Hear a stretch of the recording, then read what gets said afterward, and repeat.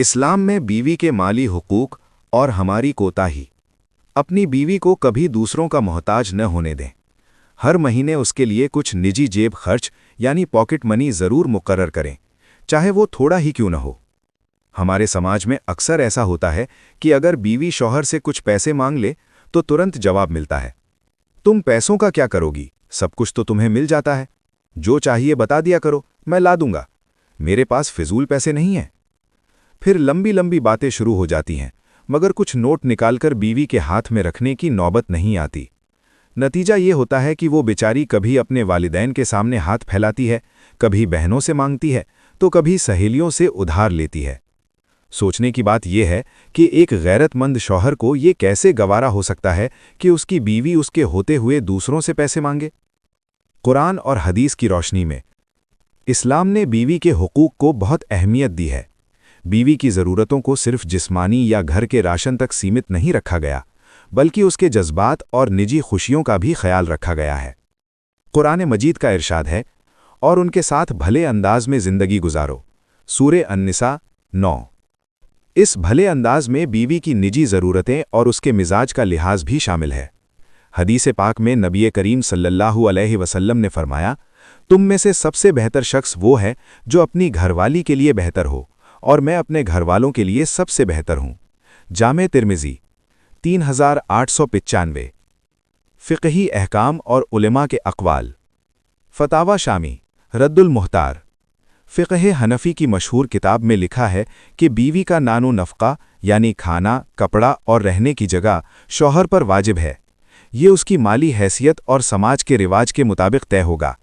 आज के दौर में बीवी की निजी ज़रूरतों जैसे टॉयलेटरीज़, तोहफ़े, सदका आदि के लिए अलग रकम देना भी इसी का हिस्सा और अच्छे बर्ताव की निशानी है।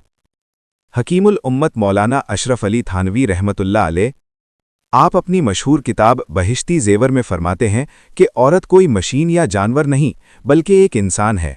उसके जज्बात हैं, इसलिए उसकी दिलजोई और निजी खर्च का ध्यान रखना शौहर की जिम्मेदारी है। मुफ्ती मोहम्मद तकी उस्मानी साहब, इस्लाही खुतबात। आप फरमाते हैं, शौहर को चाहिए कि घर के खर्च के अलावा बीवी की हैसियत और अपनी आमदनी के मुताबिक हर महीने कुछ रकम उसके हाथ पर जेब खर्च के तौर पर रख दे, और जब दे दे तो फिर उसका हिसाब न मांगे। वो रकम उसकी मिल्कियत है, चाहे वो अपने ऊपर खर्च करे, गरीब को दे या मायके वालों को तोहफा दे। एक अहम गुजारिश और एहसास, बीवी भी एक इंसान है, उसकी भी कुछ ख्वाहिशें होती हैं, उसके भी दिल में अरमान होते हैं। कभी उसका दिल चाहता होगा कि अपनी पसंद की कोई चीज़ खरीद ले, कभी अपने वालिदैन, भाई बहनों या सहेलियों को तोहफा दे, कभी किसी गरीब की मदद करे या सदका दे, और कभी ये ख्वाहिश भी होती है कि कुछ पैसे उसके पास हों जो मुश्किल वक्त में काम आएं। यही वो औरत है जो अपना घर, अपने माँ बाप, अपने भाई बहन सब कुछ छोड़कर आपके पास आई है। उसने अपनी ज़िंदगी आपके हवाले कर दी है।